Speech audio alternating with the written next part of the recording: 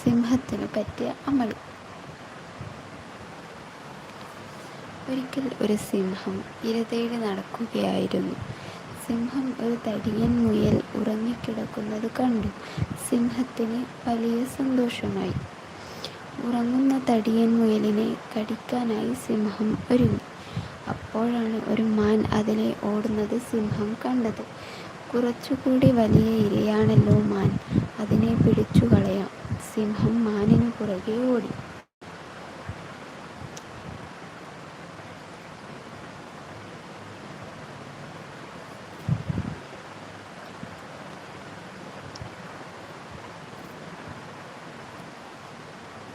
സിംഹത്തിന് മാനിനെ കിട്ടിയില്ല.